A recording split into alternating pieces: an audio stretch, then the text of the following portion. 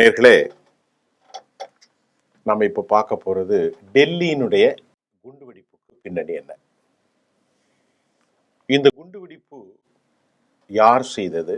ஒட்டுமொத்த இந்தியராக நாம் மிகவும் கவலைக்குரிய செய்தி மட்டுமல்ல, இதுவரை 13 பேர் கொல்லப்பட்டிருக்கிறார்கள்.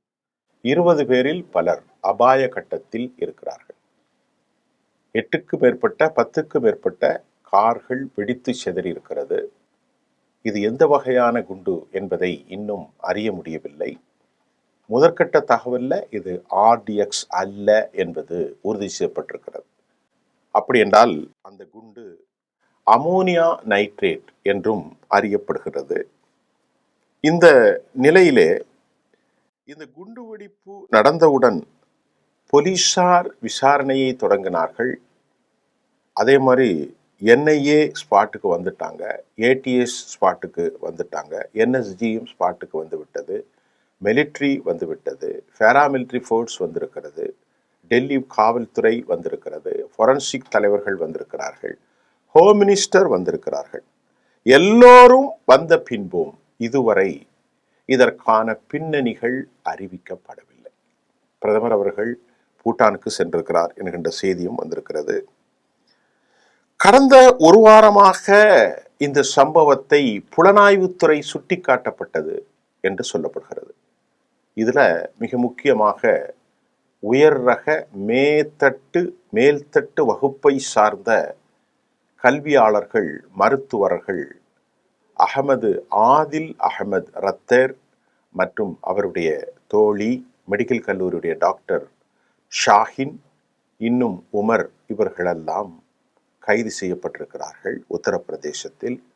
அவர்கள் வீட்டிலே கிட்டத்தட்ட 560 கிலோகிராம் வெடிமருந்து, மற்றொரு செய்தியில் 2250 டன்னுக்கு மேல் வெடிமருந்து. இந்த செய்திகளெல்லாம் டெல்லியிலிருந்து வந்திருக்கிறது. இந்த செய்தியின் ஊடாக ஒட்டுமொத்த இந்தியாவின் பாதுகாப்புக்கு எதிராக நடவடிக்கைகளை சர்வதேச அமைப்புகள் செய்து கொண்டிருக்கிறதா என்ற கேள்விக்கு பதில்களை நாம் தேட வேண்டும். பிரதமர் மோடி அவர்கள் அண்மையிலேயே வங்காளதேசத்திலிருந்து அவர்களுடைய உயிருக்கு மிகப்பெரிய ஆபத்தை CIA இன்டெலிஜென்ஸ் செய்ததாக, அதிலிருந்து அவர் தப்பினார் என்ற செய்தியும் கூட நாம் சில நாட்களுக்கு முன்பு இன்டர்நேஷனல் அளவிலே வந்த செய்தி ஊடகங்களை மேற்கோள் காட்டி உங்களுக்கு ஒரு செய்தியை கொடுத்திருந்தோம்.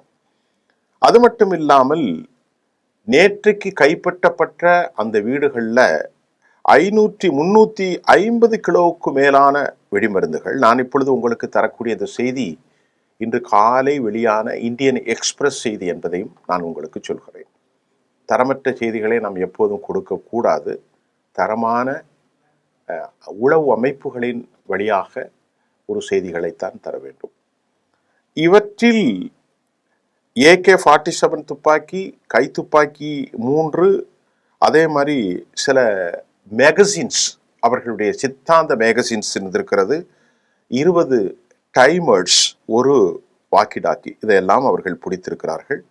ஃபரிதாபாத்தில் நடந்திருக்கிறது. தடை செய்யப்பட்ட ஜெய்ஷ்-இ-முஹம்மது பயங்கரவாத அமைப்பிற்கு ஆதரவாகத்தான் இவர்கள் அடையாளம் படுத்தப்படுகிறார்கள்.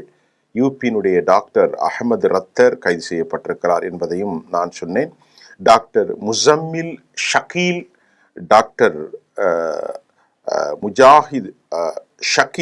முசம்மில் ஜக்கீல், இவர்களை எல்லாம் கைது செய்திருக்கிறார்கள்.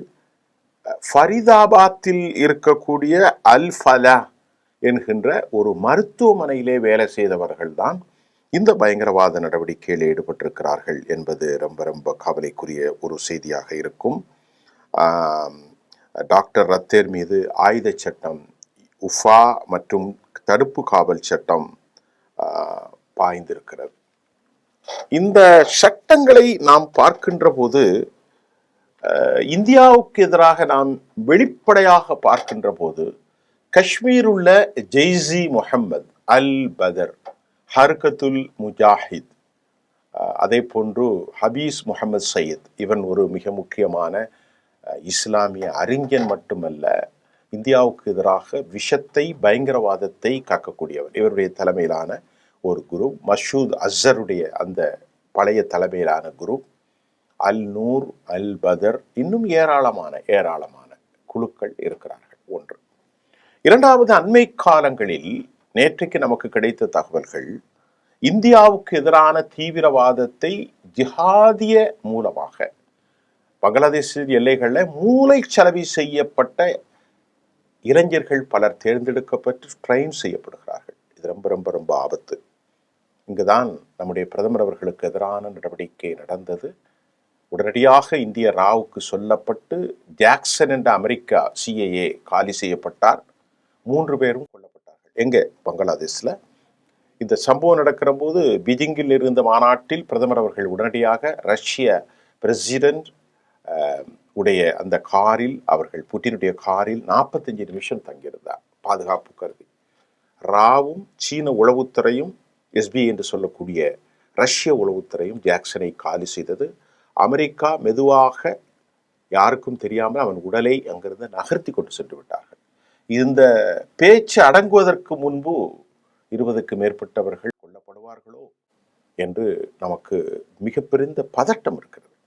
இந்த பதட்டத்தில் தற்போது அமெரிக்கா மட்டுமல்ல, பாகிஸ்தான், சீனா, இன்னும் இந்தியாவுக்கு ஏராளமான விரோத சக்திகள் இருப்பதையும் நாம் அடையாளம் கண்டு கொள்ளக்கூடியதாக இருக்கிறது. இந்த நிலையில் இந்தியா ஒற்றுமையோடு செயல்படக்கூடிய ஒரு நேரம்.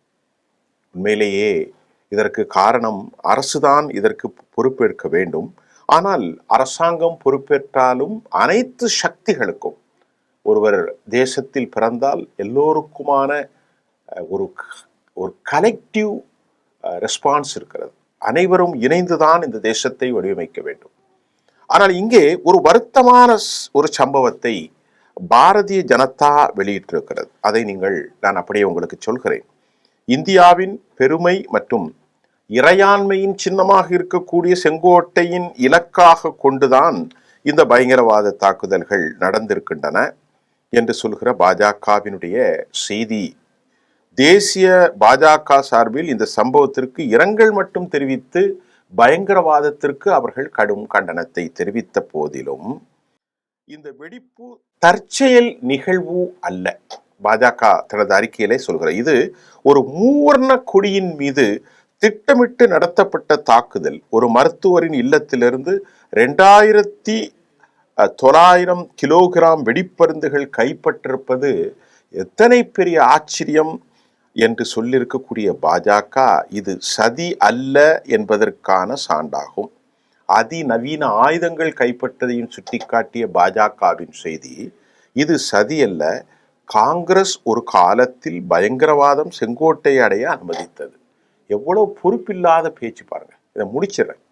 காங்கிரஸ் தான் இதற்கு காரணம். இந்த பயங்கரவாதம் தலைப்பாகை அணிந்தும் பைகளை தூக்கி கொண்டும் வரவில்லை, வெள்ளை கோட் அணிந்து வந்திருக்கிறது. அதாவது பெரிய டாக்டர்கள்லாம் ஈடுபட்டிருக்கிறார்கள் என்று சொல்கிறது. காங்கிரசினுடைய அலட்சியம் தற்போது புறக்கணித்ததை பாஜக முன்னோக்கி செல்லும் உளவுத்துறை தடுத்து நிறுத்திவிட்டது என்றும் அவர்கள் ஒரு இழிவான அரசியலை செய்திருக்கிறார்கள். குஜராத் ரிச்சின் சதித்திட்டம். குஜராத் சதித்திட்டம் ஜிஹாதுக்கு அறிவியலை ஆயுதமாக பயன்படுத்தும் தீவிர நிபுணர்களின் அதே பாணியை அம்பலப்படுத்தும் மோடி அரசாங்கத்தின் கீழ் ஒரு உயிர் கூட இழக்கப்படுவதற்கு முன்பு ATS அதை அகற்றியது. ஊஃபாவின் கீழ் அவர்கள் கைது செய்யப்பட்டார்கள். வறுமையிலிருந்து பயங்கரவாதம் பிறந்தது என்று காங்கிரஸ் எப்போதும் கூறியது. நல்லா கவனிங்க. அந்த பொய் இங்கே முடிகிறது. இவர்கள் ஏழைகள் அல்ல, அவர்கள் சித்தாந்த ரீதியாக விஷம் கலந்த உயரடுக்கினர். மோடியின் கீழ் சாக்கு போக்குகள் முடிவடைகின்றன என்றும் அவர்கள் சொல்கிறார்கள். காங்கிரஸ் ஆண்டுகள் இந்தியாவினுடைய மிகவும் பாதுகாப்பட்ட தசாப்தமாக மாறி இருக்கிறது. காங்கிரஸ் தான் இந்த தவறுக்கு காரணம். ஒற்றை தருணம் காங்கிரசின் தவறான விசுவாசத்தை வெளிப்படுத்தியது. மேலும் பதில்கள் ரோபாட்டிக் பிரதமர் மோடியின் இந்தியா துக்கத்திற்கு முன் அந்த தடுப்பு சுழற்சியை உடைக்கிறது. சோனியா காந்தி கூட பாட்லா ஹவுஸை பார்த்து அழுத போது அது இறந்த காவல்துறை காவல்துறைக்காக அதிகாரிக்காக அல்ல, பாருங்க எவ்வளவு மோசமா நடத்திருக்கிறாங்க. இறந்த காவல்துறை அதிகாரிக்காக அல்ல, அவரை கொண்ட பயங்கரவாதிகளுக்காகவே அழுதார். அவர்கள் இந்து பயங்கரவாதத்தை என்று கூட சொல்ல துணிந்தார்கள். இந்து பயங்கரவாதிகள் ஜிஹாதிகளை குறைத்து மதிப்பிடும் அதே வேளையில் தேச பக்தர்களை அரக்கர்களாக்கினார்கள். பாஜக தேசியவாதற்கு கண்ணியத்தையும் மீட்டெடுத்து காங்கிரஸ் அதை குற்றவாளியாக்க முயன்று சொல்லப்படுகிறது. பிரதமர் மோடியின் நிறுவனங்கள் சுதந்திரமாகவும் அச்சமற்றதாகவும் இயங்கும். செங்கோட்டை சதி வெறும் கல் மற்றும் எஃகு கோட்டை மீதான தாக்குதல் அல்ல, இது பிஜேபி சொல்றாங்க. அது பாரதத்தின் ஆன்மாவின் மீது தாக்குதல். இந்தியா இப்போது யாருக்கும் வளைந்து கொடுக்காத அனைவரையும் தாக்கும் ஒரு தலையான பாதுகாப்பு மகுடம். பிரதமர் மோடியின் கீழ் பயங்கரவாதத்தை நாங்கள் எதிர்ப்போம், அழிப்போம். புதிய இந்தியா விழிப்படவோடு பயங்கரவாதத்திற்கு பாடை கட்டும். அதற்காக ஒவ்வொரு துணிவும் சதித்திட்டத்திற்கு எதிராக வெற்றி பெறும் என்று பாஜக சொல்றது. இதுல எவ்வளவு மோசமான அரசியலை பாரதிய ஜனதா செய்கிறது. ரொம்ப வருத்தமாக இருக்கிறது. சோனியா காந்தி பயங்கரவாதிகளுக்காக ஆதரவளித்தார். Point number 1. பாயிண்ட் நம்பர் 2, இதற்கு காரணமே பாஜக, காங்கிரஸ் தான். நாங்க வந்த பிறகு இதெல்லாம் நடக்கல.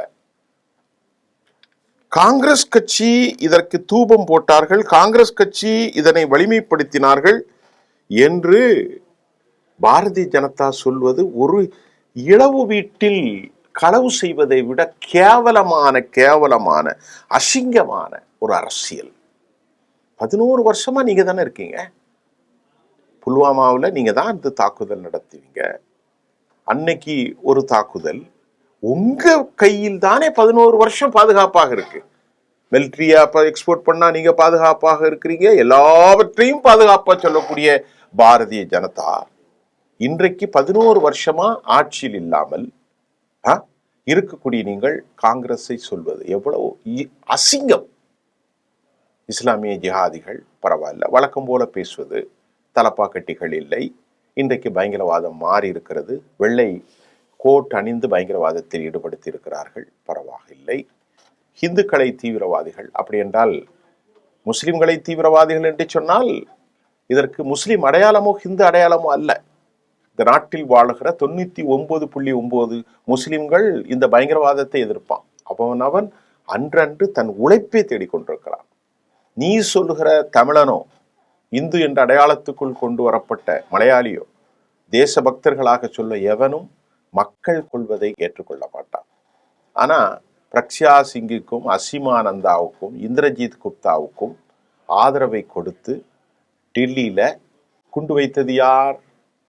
இதுவரைக்கும் எந்த முஸ்லீமும் கோத்ரா வரைக்கும் கைது செய்யப்படலையே. அதே மாதிரி மக்கா மஸ்ஜிது, மலைகான் குண்டுவெடிப்பு, அஜ்மீர் குண்டுவெடிப்பு, சம்யுக்தா எக்ஸ்பிரஸ் குண்டுவெடிப்பு அவ்வளவு நடத்தின பெண்ணு அந்த பிரக்யா சிங்.